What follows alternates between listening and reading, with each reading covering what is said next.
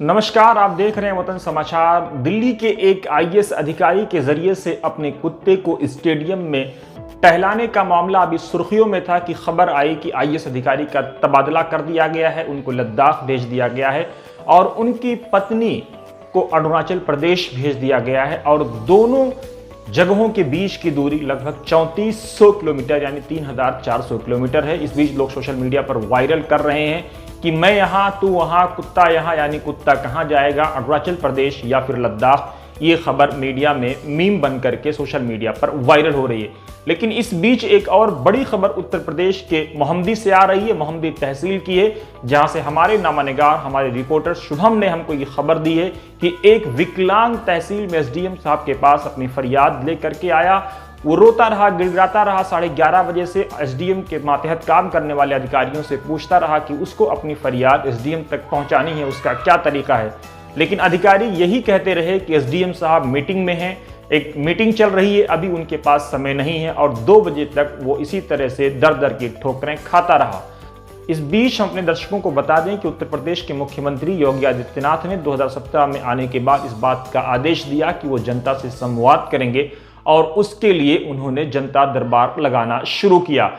कई इस तरह की बेहतरीन तस्वीरें भी जनता दरबार से वायरल हुई, जिसमें मुख्यमंत्री योगी आदित्यनाथ खड़े होकर के चेयर पर बैठी मुस्लिम महिलाओं, नकाबपोश मुस्लिम महिलाओं के साथ संवाद करते नजर आए, जिसकी लोगों ने काफी प्रशंसा भी की, काफी सराहना भी की। खुद इस बात का प्रशासनिक आदेश दिया गया कि अगर मुख्यमंत्री योगी किसी प्रशासनिक कारणों से मीटिंग में जनता दरबार में न आ पाए तो अजीत पाल और बलदेव सिंह उनकी जगह पर आकर के जनता की समस्याओं का निदान करेंगे और उसको सुनेंगे। लेकिन एक तरफ मुख्यमंत्री योगी हैं और दूसरी तरफ उनके अधिकारी, उनके एसडीएम हैं मोहम्मदी के, जिनका आप देख सकते हैं कि किस तरह से ये विकलांग, ये कमजोर, ये परेशान हाल आदमी उनको अपनी फरियाद सुनाने के लिए गिड़गिड़ा रहा है, दर दर के ठोकरें खा रहा है। लेकिन अधिकारी यही कह करके उसको टाल दे रहे हैं कि साहब मीटिंग में हैं। आप सोचिए, आप खुद फैसला करिए कि ऐसे अधिकारियों का क्या होगा और किस तरह से ये लोग जनता की सेवा करेंगे। हालांकि कई ऐसी बेहतरीन तस्वीरें भी वायरल होती हैं जिसमें अधिकारी जनता के लिए जान देते हुए नजर भी आते हैं। इस तरह की एक तस्वीर हालिया दिनों में, बीते दिनों वायरल हुई, जिसमें एक आदमी का पर्स और कुछ पैसे और कुछ जेवर जब बस में छूट गए तो खुद एक अधिकारी उनको लेकर के, जहां उसने उस बस का पीछा किया और उस बस तक पहुंचने में वो कामयाब रहा जहां उनका पर्स छूटा था, और उनको उनके नकदी पैसे और जेवर उनके हवाले किया। एक तरफ ऐसे अधिकारी हैं, दूसरी तरफ मोहम्मदी तहसील में एसडीएम साहब हैं, जो किस तरह से एक विकलांग है जिसकी फरियाद सुनने के लिए उनके पास समय नहीं है।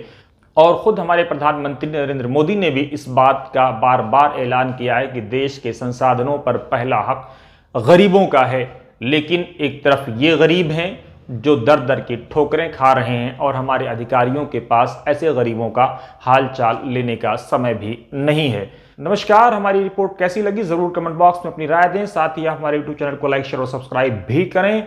आप ट्विटर @वतन समाचार पर भी हमको फॉलो कर सकते हैं। फेसबुक पेज पर भी हमारा पेज वतन समाचार आप फॉलो कर सकते हैं। टेलीग्राम पर भी हमारे चैनल वतन समाचार को आप सब्सक्राइब कर सकते हैं।